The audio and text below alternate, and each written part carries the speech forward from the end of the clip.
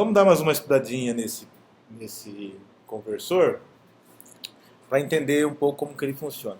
Então, vamos iniciar essa página XHTML no modo debug. Clicando no besourinho ali, tá? Finalizando, ele vai carregar o navegador interno aqui do próprio Eclipse. De novo, vamos lá. Clicando no debug, next, está aqui o projeto, finalizar. Antes da gente fazer isso, vamos marcar um breakpoint aqui no getAsString, na linha 33, e aqui no 22, getAsObject. Tá? E vamos iniciar nossa aplicação no modo debug. Então, ao invés de vir por aqui, rodar a página, eu vou trabalhar pelo browser. Então, clicando aqui no server, no modo debug, façam isso comigo, podem fazer isso comigo. Aí, beleza. Vamos agora, no navegador, chamar a tela. Temos um Enter ali. Olha o que aconteceu. Chamamos, né? Localhost e tal. O arquivo lá. Você lá. Chamamos. Pode ser pelo Faces assim. Também pode ser sem o Face, será? Será que eu posso fazer assim, ó? Ele vai carregar também? Vai carregar também. Eu vou liberar aqui primeiro, porque eu fiz duas requisições, né? Eu vou liberar tudo primeiro. Libera tudo. Vamos de novo. Enter. Beleza. Olha só o que eu quero mostrar para vocês. Quando nós carregamos a tela, mandamos carregar a tela, o que aconteceu? Ele entrou no perfil getAsString, né? Nesse conversor. Então perceba que o primeiro objeto, o primeiro parâmetro ali, ó, esse objeto, ele veio aspas, né? O que quer dizer isso? Que é uma string, certo? Então quer dizer que esse objeto é uma string. Mas de onde está vindo essa string? Então esse getAsString, ele é chamado toda vez que nós formos renderizar um perfil na tela. Então eu tenho que renderizar um objeto perfil na tela, então o getAsString é chamado para isso. Então vamos ver qual foi o componente que chamou ele. Perceba que o nosso conversor é chamado por um componente. Quem chamou esse carinha? Foi o Selection Menu, HTML Selection Menu. Ou seja, esse é o objeto do JSF que representa aquele componente de tela, caixa de seleção. Ele que chamou. Só que ele veio como vazio. Aí eu pergunto, vazio eu posso transformar em perfil? Eu posso transformar string em perfil? Não, né? Por quê? Qual que é a regra do casting? Tem que ter uma compatibilidade dos objetos, né? Por exemplo, eu posso... a pergunta é, string é perfil? Perdão, perfil é string? Perfil deriva de string? Não, então não posso converter. Implementa uma interface string? Não, né? Então eu não posso fazer esse caching aqui. Então aqui vai dar uma exceção. Ela vai fazer uma exceção de conversão e vai dar um nulo, retornou nulo para a tela e assim vai. O próximo que chegou aqui, opa, esse daqui sim, já é um objeto que está vindo da nossa lista de perfis. Então perceba que esse aqui é um objeto que veio da nossa lista de perfis. Tá? Qual foi o objeto que chamou, o componente que chamou ele? O mesmo componente, só que ele faz parte da lista. Então é isso aqui, ó. O primeiro que chamou foi isso aqui, ó. Esse select item foi o primeiro que chamou, por isso que veio vazio, né? Porque o seu valor é vazio. E agora o segundo, ele já está chamando a partir de uma lista. A partir de uma lista. Então por isso que ao carregarmos aqui, ó, esse componente, ele tá passando agora o segundo como sendo uma lista. O primeiro item, qual é a representação em string do primeiro item? A representação em string do primeiro item, nós vamos transformar ele em id, p.getId.string, tá vendo? Então beleza, ele vai retornar, eu devia ter retornado direto. Ele retornou, de novo, mais um cara, que é o terceiro, mais um, descrição visita, id 175. Então ele vai pegar esse 175, vai transformar para string e levar para a tela. Isso quer dizer o seguinte, ó, que esse primeiro carinha, ele começa com vazio, termina com vazio. Esse daqui começa com uma lista de objetos perfis, só que o que vai ser processado na tela vai ser o quê? O ID dele.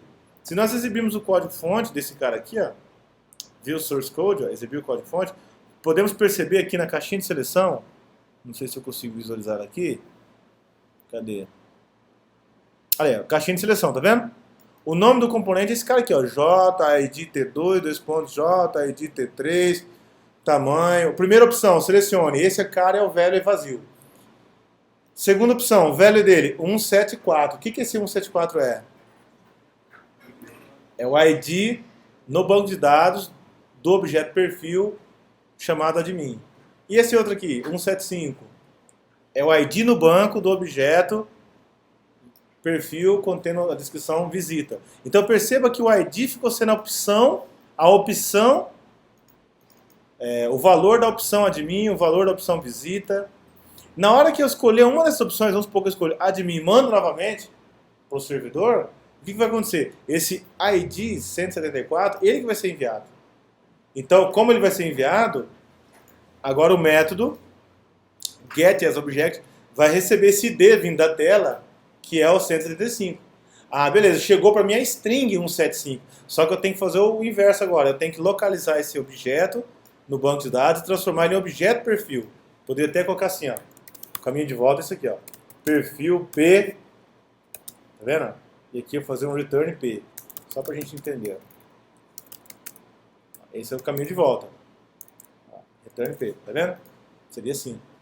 Então perceba que agora é o contrário. Vai chegar para mim um ID, nós vamos localizar esse ID no banco, através dessa busca, e eu vou ter um P, que é um objeto perfil. Chega uma string, eu tenho um objeto. Só recapitulando aqui então.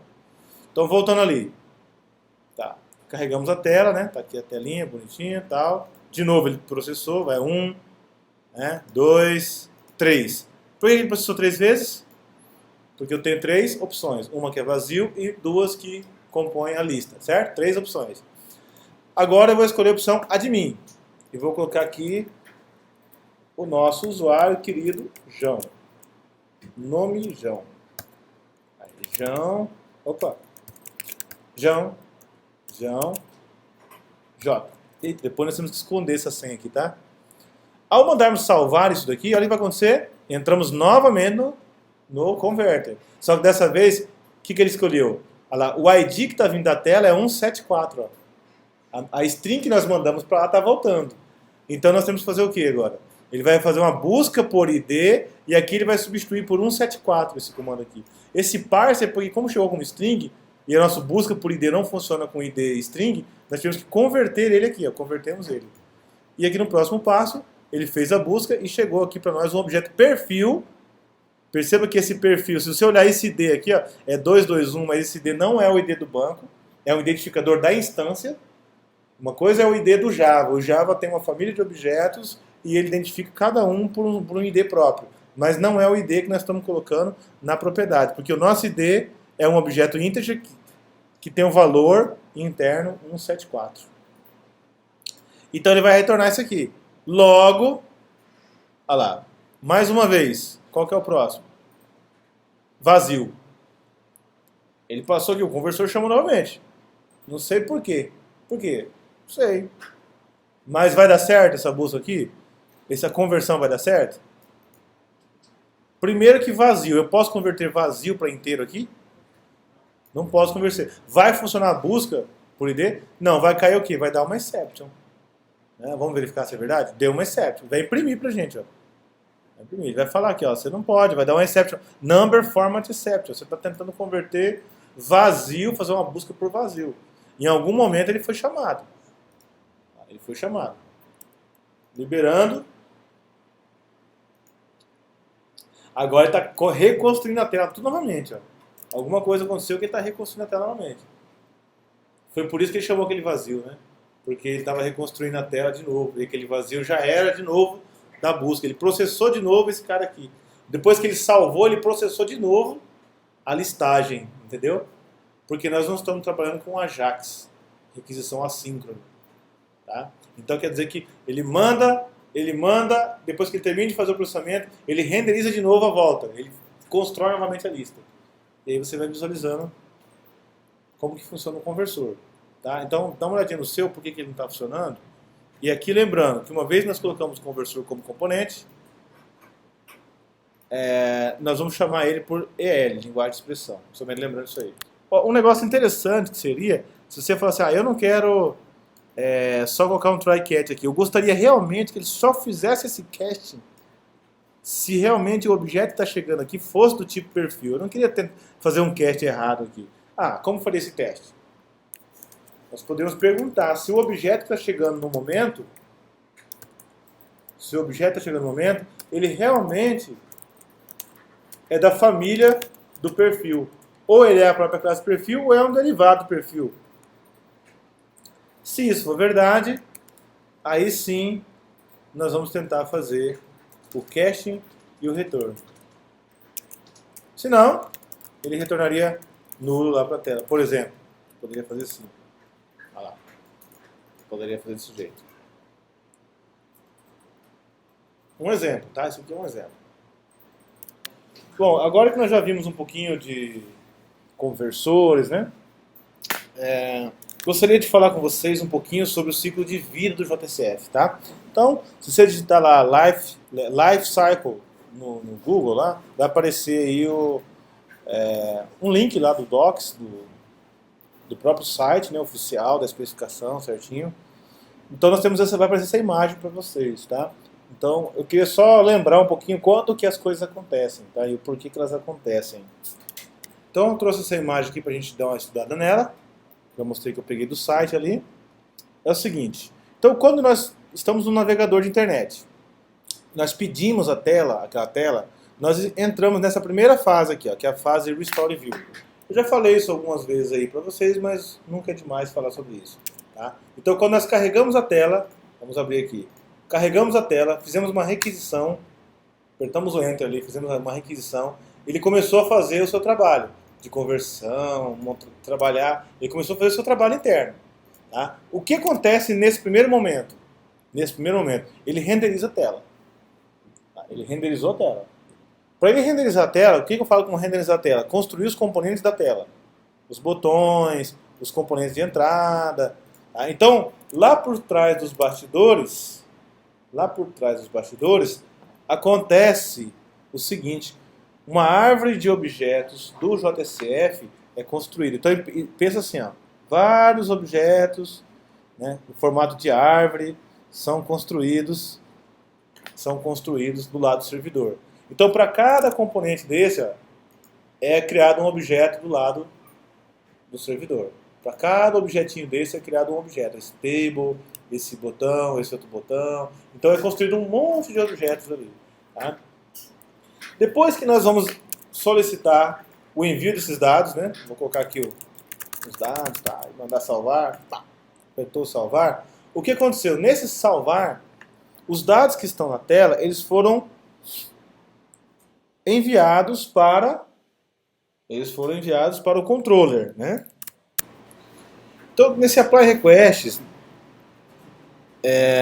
eu falei controller aqui, né? Mas na verdade é o servlet internamente do próprio JCF. Então, o JCF ele tem o seu servlet interno, que é o face servlet. Então, nós estamos fazendo um transporte do que está na tela para dentro do servlet do próprio JCF, aplicando esses requests internamente. Ou seja, a leitura do que está vindo da tela é feita nessa fase. Então o verdinho aqui é a fase, né? É a fase do ciclo de vida. Cada verdinho desse é uma fase. Tá? Então o Restore View é uma fase, o Apply Request é outra fase, né, onde ele está recebendo os dados vindo da tela. Tá? Depois que esses dados foram para o lado do servidor, ele vai processar esses dados. Esse azulzinho aqui, ele está processando aquela fase. Tá? É o que vai acontecer de processamento nela. Após ele receber, ele vai processar. Então, nesse processamento, pode acontecer algum problema. Deu um problema na leitura dos dados, no recebimento desses dados que estão vindo da tela. Então, se acontece algum problema de processamento na leitura desses dados do Apply Request, então ele desvia para um Render Response, enviar uma resposta, tá? Ou o Render Response Complete. Ele completa o processo, ele escapa do processo, ou com erro ou com sucesso. No caso, se der falha, é com erro, né? Então, tipo assim, ele tentou aplicar e não deu certo, ele volta para a tela com uma mensagem, alguma informação errada ali no console. O próximo passo, depois que ele está com os dados, depois que ele estiver com os dados todos já aplicados, né? Então ele vai para o Process Validation. Então o que são esses validations aqui? Então, uma vez que eu tenho os dados na tela, eles devem ser validados. Por exemplo, existe uma pancada de validadores nativos do próprio JCF. Por exemplo, nós podemos colocar um campo aqui, por exemplo, isso aqui são alguns exemplos de validators do próprio JCF nativo. Nós podemos desejar aí delimitar um campo, por exemplo, que nome, login, senha. Eu posso falar que a minha senha, ela deverá, por exemplo, passar por um processo de validação. Aqui, por exemplo, input, barra input. Eu coloco aí F, dois pontos, alguma coisa, e validar ele se um intervalo de caracteres, por exemplo. Vamos colocar aqui, por exemplo, pegar esse exemplo aqui do próprio documentação, validate long range, por exemplo, ou validate length, por exemplo. Vamos pular, validate length, por exemplo, está aqui. Aí vamos ver quais são as propriedades que ele tem ali. Mínimo, o mínimo 3, tá? Aí máximo, máximo 8, no mínimo 3 e no máximo 8, por exemplo, tá? Isso aqui é legal para login, né? Vamos pôr para login isso aqui. A senha normalmente são outras regras. Vamos deixar a senha como estava mesmo. Senha normal. E vamos colocar aqui no login. Aí, pronto. Então perceba que nós já precisamos abrir aqui a abertura e fechamento de tag. Ó, tá? Então definir aqui, posso colocar um fechamento assim. Definir um validator de tamanho mínimo e máximo para o login. Isso aqui. Inverti aqui, né? No mínimo, no máximo 8 e no mínimo 3. Aí, beleza. Inverti. Agora eu vou rodar esse cara. Vamos pedir para rodar isso aqui. Vou rodar aqui normal. Tá, beleza. Vamos ver o que vai acontecer. Se eu tentar colocar uma senha que esteja fora desse intervalo.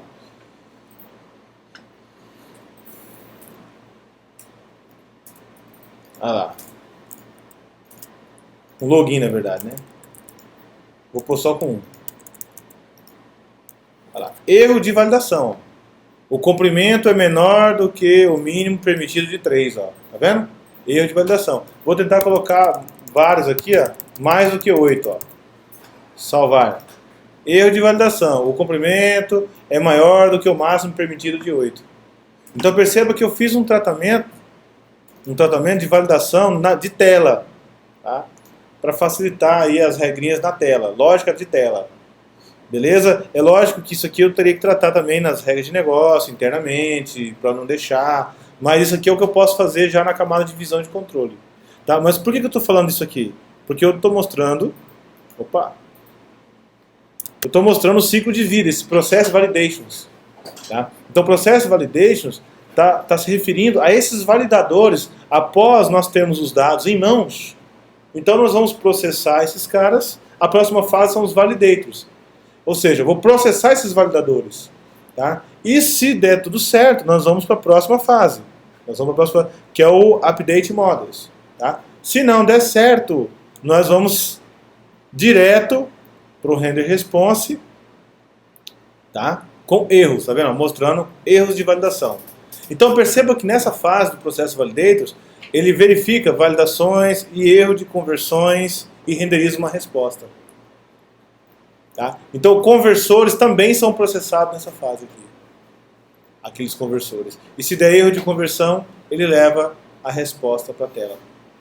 Erro de validação, erro de conversão, tá bom?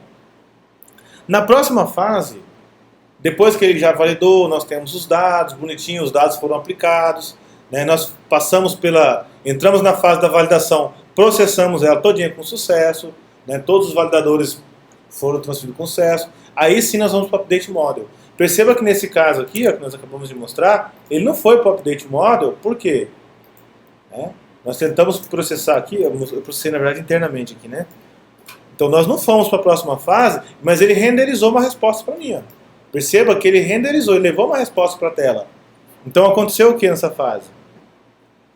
Tá vendo? Ele processou as validações e ele levou uma resposta para a tela. Ele renderizou uma resposta para mim. Mas ele não veio para a fase Update Models, que é a próxima fase do ciclo de vida. Ele desviou e levou uma resposta para mim. Render resposta. Entenderam? Agora, para ele ir para a próxima fase com sucesso, seria que o Update Model Values é o seguinte: nós não queremos que os dados que estão na tela sejam setados dentro do nosso controller. Esse aqui é o nosso bin. Então aqui é o nosso bin ou o nosso controller, ele está aqui. Nós não queremos que esses dados sejam setados nas propriedades. Por exemplo, nós não queremos que esse usuário, esse nome seja colocado dentro de um objeto usuário que está no controller. Nós não queremos que esse login seja colocado no objeto usuário dentro do controller, que é esse cara aqui, ó. Aqui é o nosso usuário e controller. Nós não queremos... Nós não queremos que aqueles dados venham parar aqui, sejam setados aqui no meu controller. Nós queremos que aqueles dados venham parar aqui. Então, o fato daqueles dados conseguirem ser vinculados com esse controlador quer dizer que eu fiz o update model, eu atualizei esses dados. Ou seja, mas antes dele chegar a ser setado aqui nesse objeto usuário, nas suas propriedades, login, nome, ele passou por vários processos. Ele passou por todo aquele processo. Tá? Beleza. Depois que ele passou pelo update model, né, ele colocou o nome, colocou o login, colocou a senha, colocou o perfil, fez as suas conversões, fez a sua conversão para poder colocar o perfil. Lembra do get as object? Ele tentou fazer a conversão. Tá? Se acontecer algum erro de conversão aqui, tá vendo? Ó, conversão, erro. Ó.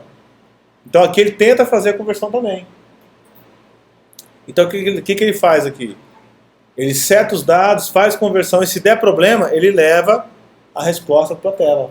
Olha, não consegui atualizar os dados no meu controller, no seu bin. Não consegui fazer isso. Tá? Então ele leva uma resposta para a tela. Tá?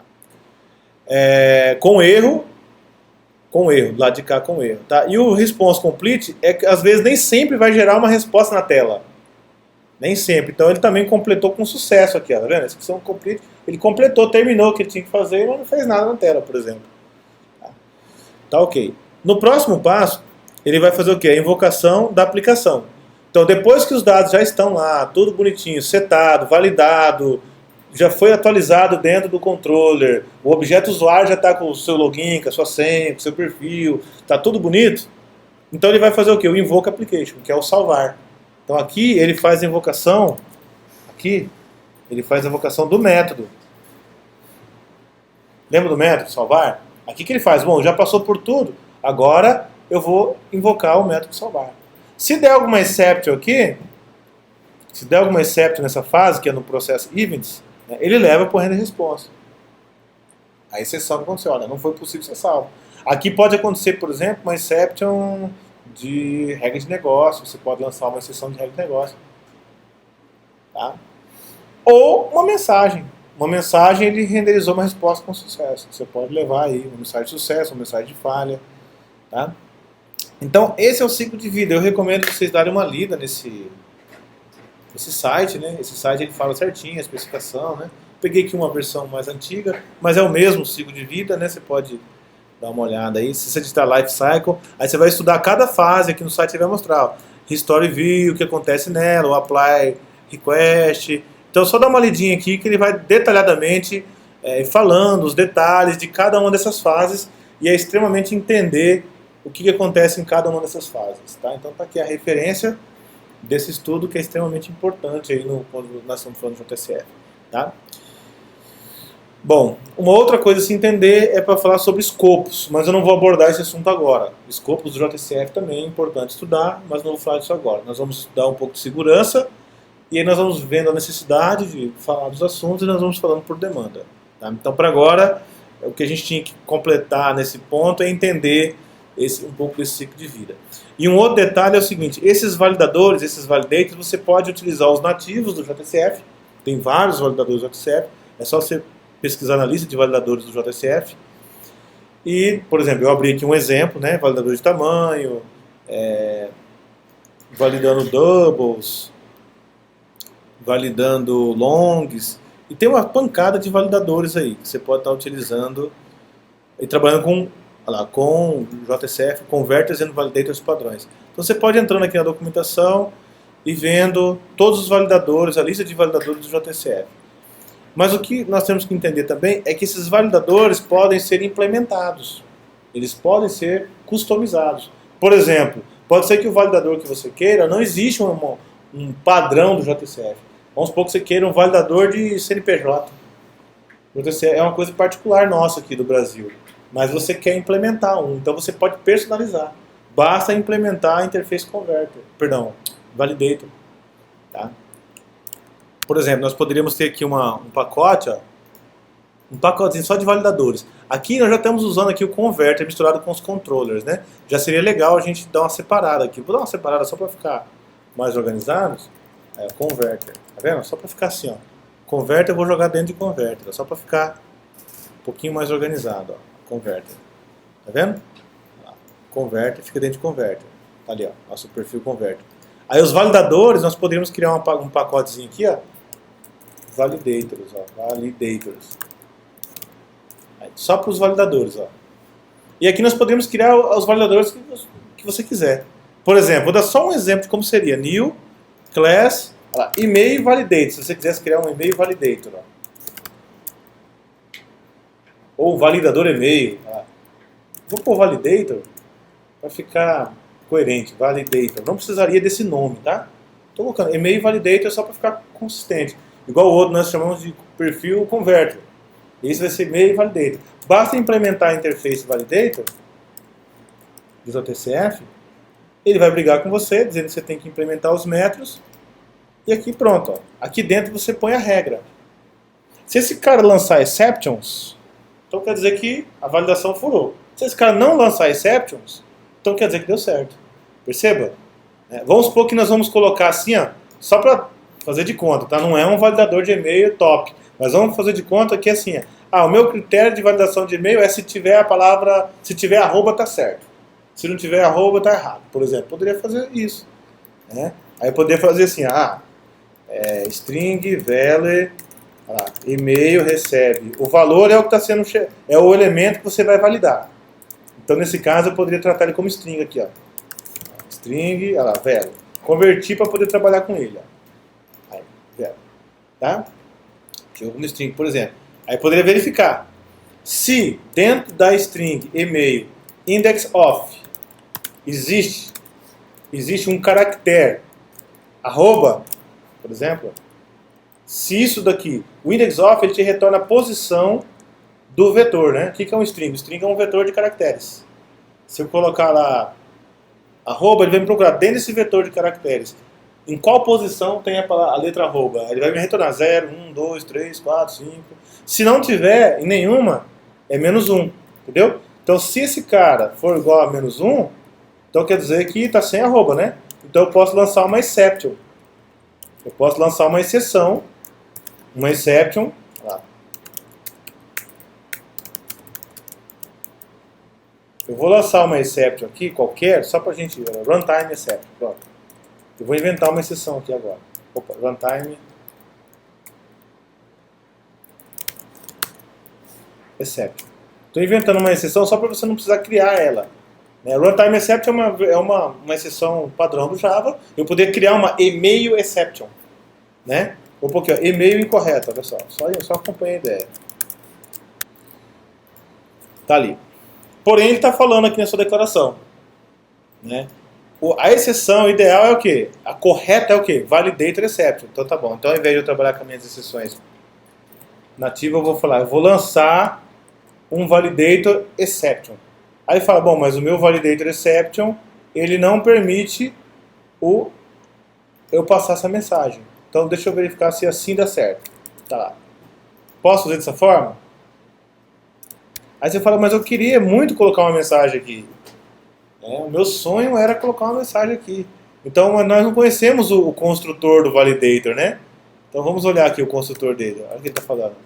Aí eu só trabalho com esses caras aqui. Ó. Eu não trabalho com qualquer objeto. Você quer pôr uma string? Então tá bom. Então põe dentro de um faces message.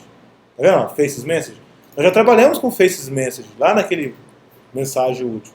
É bem simples. Então é só criar o faces message.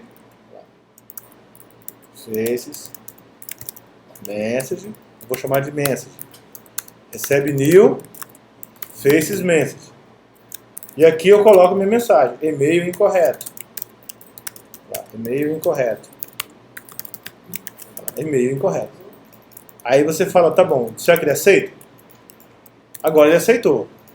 Então perceba que nós fizemos o seguinte, nós falamos, ó, e-mail validator Vou processar o método validate definido na interface validator, que diz o seguinte: se a coisa der certo, eu não lanço a validator exception. Se a coisa der errado, você lança um validator exception. Se você quiser lançar um validator exception com mensagem, então crie um objeto mensagem do JCF, porque ele vai levar essa mensagem lá para a tela, de e-mail correto. Então o critério que nós usamos foi só para saber se tem arroba.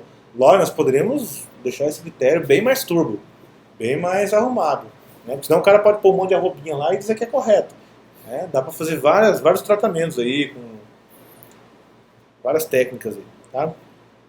Expressão regular, umas coisas bem legais aí. Depois você pesquisa sobre validadores de e-mail, melhor, você pode trabalhar isso melhor. Mas o que eu quis dizer é que você pode customizar o seu validador. Não só usar, além de usar aqueles nativos do JCF, você pode inventar os seus.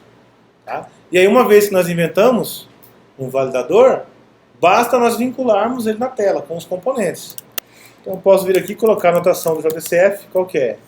Faces Validator. Essa aqui é a notação do JCF. E eu posso colocar um valor para ele aqui, né? E-mail validator, por exemplo, ali.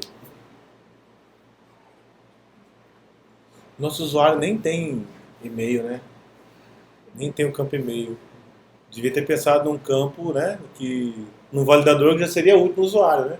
Mas nada impede a gente colocar o campo e-mail, não é verdade? Basta colocar aqui, ó, mais um campo, ó, embaixo da senha aqui, tá vendo? Colocar o campo e-mail, ó.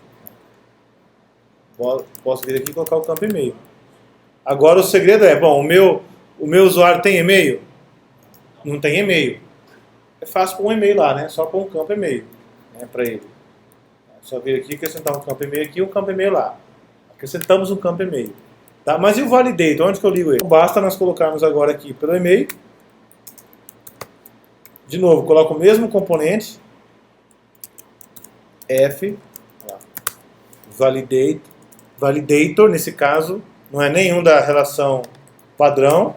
Eu vou especificar um validator ID customizado. Como que chama ele? E-mail validator. Então quer dizer que agora, quando nós tentarmos processar esse componente, ele vai passar por um processo de validação customizado. Nós criamos um validador customizado, tá? Que faz parte daquela fase do ciclo de vida. Então nós já vimos ali o conversor, o validador, né, os validadores nativos, os customizados. Né? Deixa eu só acrescentar essa propriedade aqui, ó, e-mail, só para ver se a gente não falou besteira. Tá? Deixa eu só verificar aqui.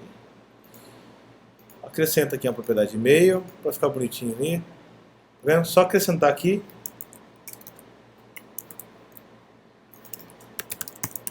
E-mail.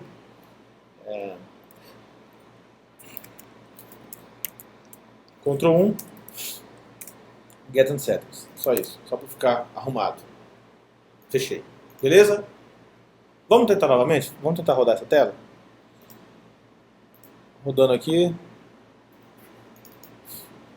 Deixa eu ver se vai dar certo. Vou colocar um e-mail zoado lá, né? Só para ver se vai dar certo. O jeito tá aqui, vai. Meu senhor.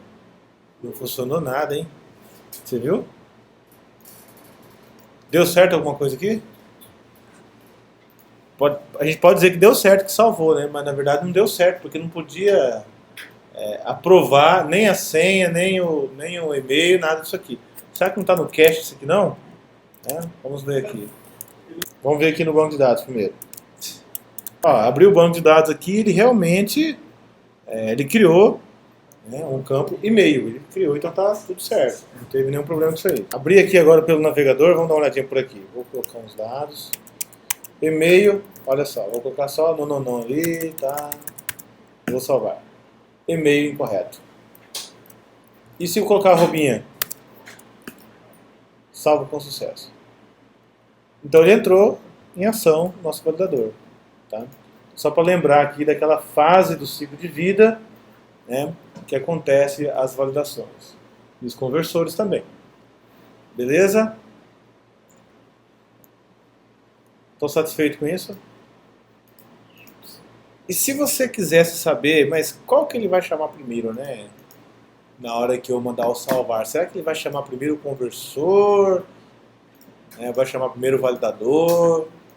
Qual dos dois? Ó, tem o perfil converter aqui e tem o e-mail validator aqui. Qual dos dois ele chamaria primeiro? Será que teria condições? Será que a gente teria como saber? Depois que ele aperta o botão salvar? Porque na hora de renderizar a tela ele vai chamar o conversor mesmo, para poder listar ali um por um, né? Mas depois... Oi? E agora? Eu colocaria aqui, ó, um breakpoint. Aqui não, porque aqui é para renderizar a tela. Eu colocaria aqui para saber se primeiro ele vai tentar converter ou depois vai tentar validar, né? Embora o validador não tenha relação nenhuma com perfil, né? Mas faz parte de um conversor. Será que se eu colocar aqui o validador e o conversor, qual dos dois ele chama primeiro? Vou pôr um breakpoint nos dois. Vamos rodar no modo debug. O debug já estava no modo debug, né? Nem precisava fazer nada. Vamos abrir ele. Olha lá. Vou pressionar o Enter aqui. Carregou a tela. Vou colocar alguns dados aqui. O conversor também, né? E salvar. E agora? Qual que ele fez primeiro? O validator. Primeiro ele fez o validator.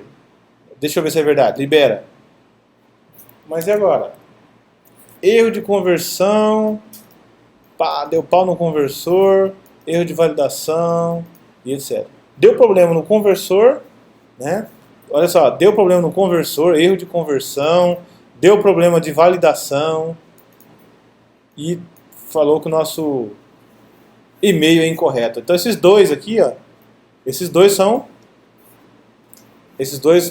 pertinentes à validação e este de cima à conversão. A mensagem pode ter acontecido nessa ordem. Né? A mensagem pode ter acontecido nessa ordem. Então, deu duas mensagens de validação aqui, ó, e uma mensagem de conversão aqui. Ó. Erro na hora de converter ao definir esse converter aqui para novo. Então, tivemos alguns problemas aí. Né?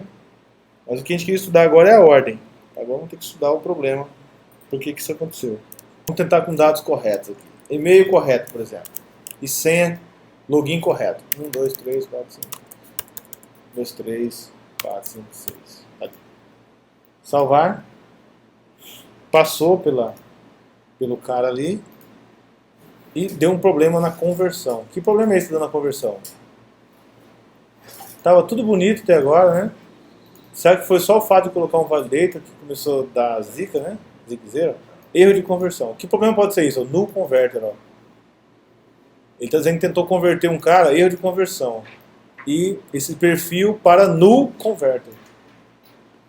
Qual será o problema? Bom, olha só. O que aconteceu? Nós mudamos o conversor de lugar, né? Então, o que aconteceu? Depois nós trocamos o conversor de lugar, ó, tá vendo aqui, ó, converter, ó. Ele é um objeto do Spring, tá vendo? Então, nós temos que nos atentar ao seguinte, foi uma falha aqui de ter trocado ele de lugar e não ter informado para o nosso arquivo de configuração para ele entrar naquela pasta, tá vendo? Então, no nosso escaneador, nós também temos que habilitar o conversor. Ó. Tá vendo? Converter. Aí, beleza. Agora que nós avisamos que esse cara é um componente do Spring também, esse pacote contém componente do Spring, então ele vai fazer o scan naquela pasta e vai voltar a funcionar. Então vamos verificar agora aqui. Abrindo. Ah, tá. Nosso conversor entrou em ação. Nos testes internos aqui, eu tinha até removido o validator, né? Ver o que tinha acontecido aqui. Vou voltar ele aqui. Olha só. Voltando. Então, carregamos a tela. Escolheremos aqui uma opção. Um login. Um e-mail com arroba. Vamos tentar salvar. Ele entrou onde? No conversor, né? Olha só. Ele entrou no conversor primeiro. Fez a conversão do perfil. Beleza.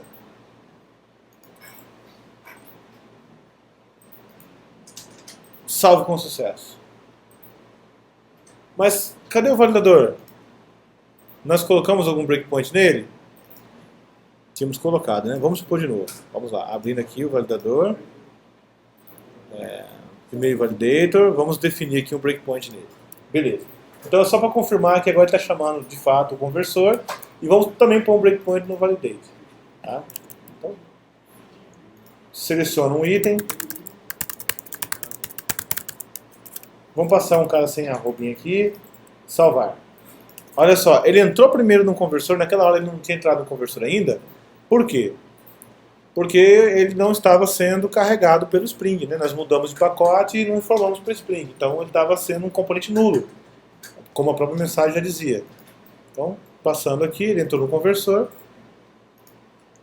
de objeto. E agora, ele entrou no validator. Agora sim ele está fazendo a validação. Depois que ele fez a validação, ele vai verificar que a validação, que esse e-mail que foi informado não tem o arroba, então ele vai lançar, vai criar um objeto de mensagem, né? Um objeto de mensagem do próprio Face, e com a mensagem e-mail correto. E vai lançar essa exception com a mensagem. Como lá na tela nós temos um objeto para receber essa mensagem, então ele vai imprimir. Então, rodando. Olha só, e-mail incorreto. Certo? Então, só para mostrar o e-mail também na tela, nós podemos fazer aqui, ó. Cadê a telinha novamente? Só mostrar aqui no data table, né? Olha lá, nome, login, vamos mostrar o e-mail, só copiar mais uma coluna aqui, ó. O column, né? Todinho, barra column. E vamos mostrar aqui e-mail, né? Se quiser mostrar. E aqui login, e-mail, pronto. Então, ao carregarmos isso aqui, opa. Eita. Vamos dar um enter aqui, carregar de novo. Ali, beleza. Está mostrando os e-mails. Beleza? Então, vamos para o próximo passo. Então, esse CRUD, ele está mais ou menos funcionando aí, né? Já conseguimos fazer um cadastro, uma exclusão, uma alteração, mostrar um pouquinho de conversor, né? De validators nativos, validators customizados. Tem muita coisa para estudar de JSF. É um negócio gigantesco, né? Então, a gente precisaria de muitos estudos aí para estudar. Mas acredito que, como que nós vimos aqui, dá para começar, né, a brincar com o JSF. Tá? Tem uma coisa bem legal para estudar, são os escopos, bacana de estudar, interessante, extremamente importante. Mas para agora nós vamos concluir com essa primeira parte e vamos para a parte de segurança. Então percebe, ele não está bonitão ainda, não está elegante, dá para se colocar o Prime Faces, dá para colocar CSS aqui, deixar a coisa mais bonita. Mas por enquanto nós queremos primeiro deixar funcional. Né? Então a gente fez aqui um cadastrinho, nem pus aqui o rótulo, o perfil aqui na frente. Né? Mas ele poderia melhorar o visual disso aqui posteriormente. Tá? Então, o próximo passo agora, nós queremos proteger esse ambiente. Esse cadastro de usuário só pode ter acesso agora quem estiver logado. Ou seja, algum desses usuários que já estão cadastrados, que já foram cadastrados por nós, somente algum desses poderá realizar novos cadastros, ou seja, poderá acessar essa pasta aqui. Então, como que nós poderíamos fazer isso? Fechar esse sistema. Tá? Então, para fechar esse sistema, nós poderíamos trabalhar com o conceito de filter também. Né? Nós podemos fazer assim, colocar aqui um filter que vai interceptar os nossos requests. Tá? Então esse filter, ele faria as verificações se esse usuário que está tentando fazer uma requisição, ele está autenticado ou não está autenticado. Então primeiro, nós teríamos que fazer o quê? Primeiro, criar um formuláriozinho com um campo de login e senha e um botão logar, por exemplo, ou autenticar, né? Beleza? Tá ali. Logar. Tá. Opa. Tá bom. Após esses dados serem postados, nós poderíamos postar esses dados, por exemplo, para um objeto interno nosso, um bin, um controller nosso, pegaria esses dados, nós poderíamos ter um bin aqui, ou um controller, né? Mesma coisa aqui, um controller, que receberia esses dados, faria uma consulta no banco, isso aqui é o banco, aqui é o banco de dados, ficou muito Aí, esse aqui é o banco. Esse cara faria uma consulta do banco e verificaria. Ah, esse usuário que está tentando entrar, acessar o sistema, existe no banco? Se existir, então nós poderíamos gravar, devolver o resultado dessa consulta para esse nosso controller. Podemos chamar de uso controller ou autenticação controller, né? Login controller. Nós poderíamos falar assim, ó, login. Um cara que vai responder pela tela. Ele pediria internamente para fazer uma busca do banco, não que o controller iria fazer isso, mas ele tem o service, tem o DAO, né? Ele pediria para alguém buscar no banco de dados aquele login e senha, alguém com aquele login e senha. E se ele encontrasse, ele retornaria para nós o objeto encontrado. Tá?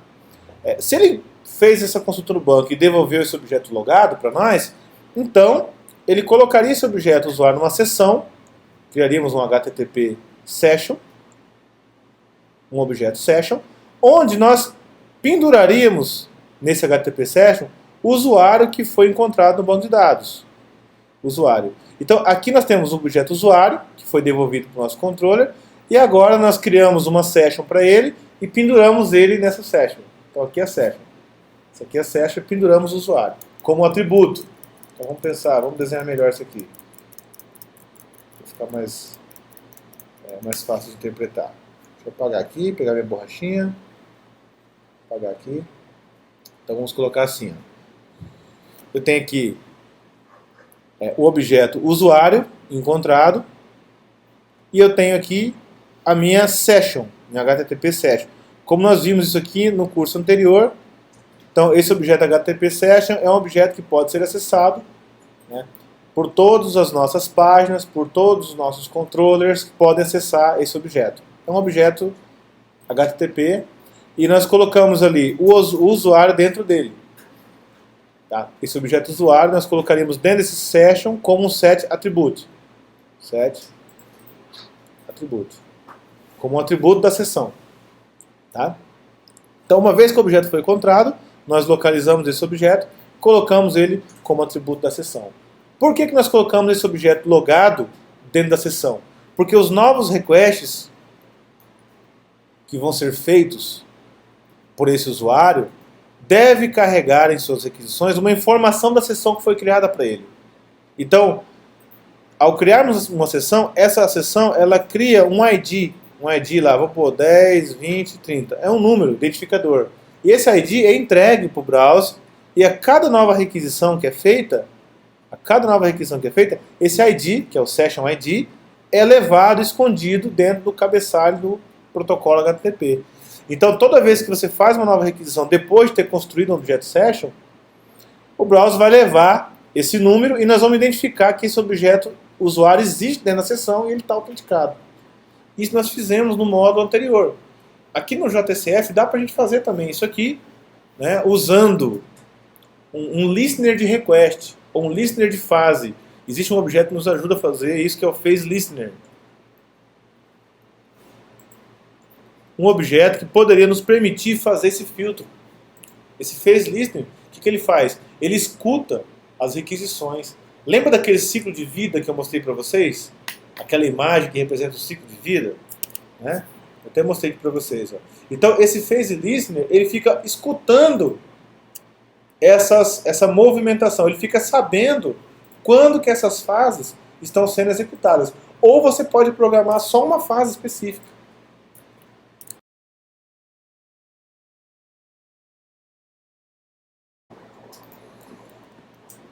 Então é o seguinte, vamos lá. Essa aqui é a ideia, né, do phase listener, que é o objeto que vai ficar filtrando. Então normalmente o phase listener vai usar para filtrar essas requisições. Porque uma vez que nós estamos logado, que o usuário passou pelo login, controlador login, então ele só criou o objeto na sessão. Mas se o usuário tentar acessar qualquer página do sistema que é proibido sem passar pelo login, o nosso phase listener que vai bloquear. Esse phase listener é o nosso filter. Ele que vai filtrar e verificar, olha, o cara não passou pelo login, então ele não pode acessar. Então ele derruba ele, leva ele para a tela de login. Esse aqui é o nosso filtro. Tá? Então funciona igual a gente fez mais ou menos no outro curso, só que no outro a gente não usou phase listener, nós usamos filter mesmo. Tá? Aqui a gente também poderia usar filter, mas é mais indicado com o JCF trabalhar com phase listener. Tá? Beleza? Mas nós não vamos implementar o Fuzzy Listening do JCF. Tá? Se você quiser saber mais sobre isso, é só você digitar na internet lá Fuzzy Listener, autenticação, authentication, JCF. Ou só digitar Fuzzy Listener JCF, vai cair 1 milhão de implementações de autenticação usando o JCF com Fuzzy Listener. Tá? Mas a ideia é essa do Fuzzy Listener. Normalmente vai ser assim. O que você vai achar vai ser algo mais ou menos assim. Um formulário, um controller, que aí você pode achar ele como bin ou como controller. Esse aqui é o nosso manage bin. Tá? Esse cara pega os dados da tela, faz a consulta no banco, recupera um objeto usuário, tá aqui o nosso usuário, e vincula ele a uma sessão, a um HTTP session. Ixi, HTTP, né? HTTP session. Ele faz isso. E vai criar também um Fuzzy Listener. Vamos chamar esse cara aqui de Phase Listener. Aí, Listener. O que esse Phase Listener vai fazer? Ao tentarmos fazer requisições por fora, esse Phase Listener vai ficar sabendo, né? E vai perguntar, tem alguém na sessão? Tem. Então pode ir. Se não tem, volta. Aí ele vai fazer isso pra gente. Esse é o papel do Phase Listener. Beleza. Mas nós não vamos utilizar esse padrão para autenticar. Tá? Então, se você quisesse usar autenticação manual, você quisesse implementar essa autenticação, você teria que usar esse recurso. Tá? Mas como isso é um problema comum, tão batido, tão usado, então nós já temos um módulo do Spring que se preocupou com isso, com essa questão da autenticação, da autorização, da autenticação. Então, para isso, nós, ao invés de utilizarmos aí o Fuzzy Listener e implementar tudo isso na mão, nós vamos utilizar já um módulo implementado do Spring. O Spring já tem esses tratamentos todos prontos. A gente só precisa configurar. Então, nós precisamos apenas passar para ele criar um formulário de autenticação e fazer uma consulta no banco de dados. E ele vai dizer para ele, quando der certo você vai para tal página e quando der errado você vai para tal página. Então no caso aqui, ó, o dar certo é após a tela de login, por exemplo, deu certo, então vá para uma tela, passou por tudo isso aqui e deu certo, então vá para uma tela, vai ser redirecionado para uma tela, por exemplo, de bem-vindo. Bem-vindo, onde nós teremos ali o menu principal. Esse é o dar certo. O deu errado é voltar para a tela de login com mensagem de erro, né? Autenticação incorreta, falha, e etc. Então, esse ciclo é uma coisa comum. Então, nós já temos isso implementado. Tá? Então, para começar a fazer isso aí, vamos entender como funciona o Spring Security. Primeira coisa, vou abrir aqui a apostila. Na página 54, nós temos aqui o seguinte, ó, as dependências para que nós podemos colocar o Spring Security no nosso projeto. Primeira coisa é adicionarmos as dependências. Tá? Então no Spring Security nós temos que adicionar o Spring Security Config, o Spring Security Web, já deve estar lá. Tá? Vamos verificar isso aí. Vamos abrir aqui o POM.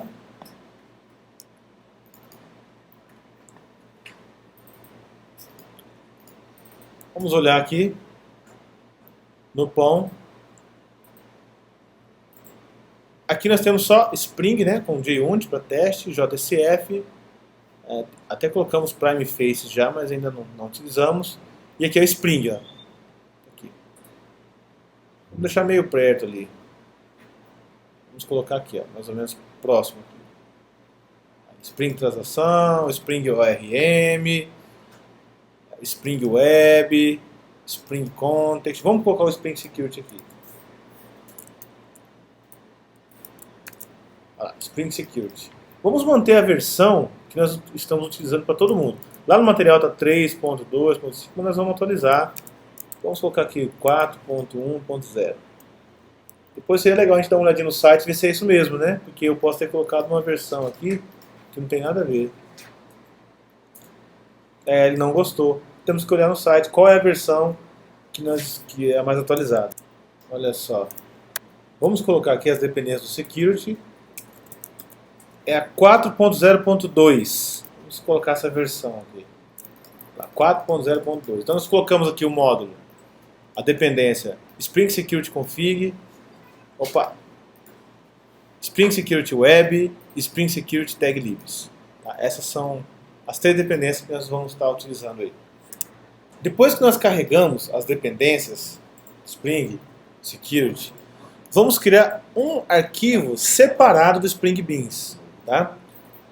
Separado do Spring Beans. Porque aqui no Spring Beans nós estamos fazendo algumas configurações relacionadas aos controles, ao service, ao carregamento, à construção desses objetos, né? Nós vamos colocar agora aqui, como é um módulo separado do Spring, então nós vamos ter que fazer várias configurações relacionadas exclusivamente com a segurança. Então vale a pena nós separarmos os arquivos de configuração. Vale a pena criar um outro arquivinho aqui, ó, new, arquivinho XML,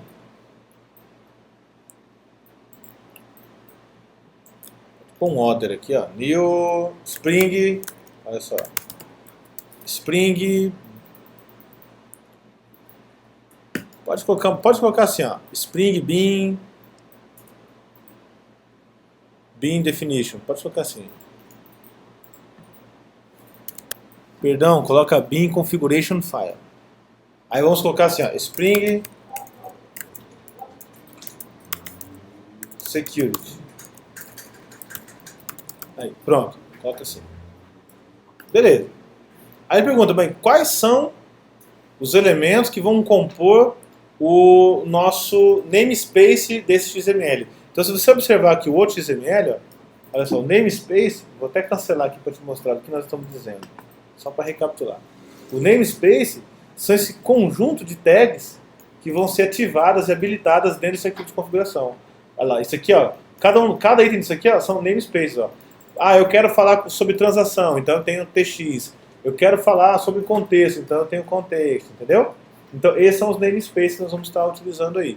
No Spring Security, olha só, nesse arquivinho que nós vamos criar, abrindo aqui nosso material, nós vamos utilizar esse, no namespace, ó, Security.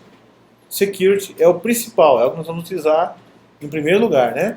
Então vamos utilizar ali, criar novamente, de novo, New, Order, Spring, já que nós estamos usando o plugin STS do Eclipse, ele nos permite carregar essas opções. Se o seu Eclipse está sem o STS, ele não vai ter isso aqui, tá? Vai ser um XML, você vai ter que criar um XML na mão mesmo. Aqui ele permite você configurar o que você quer, né? Então vou colocar Spring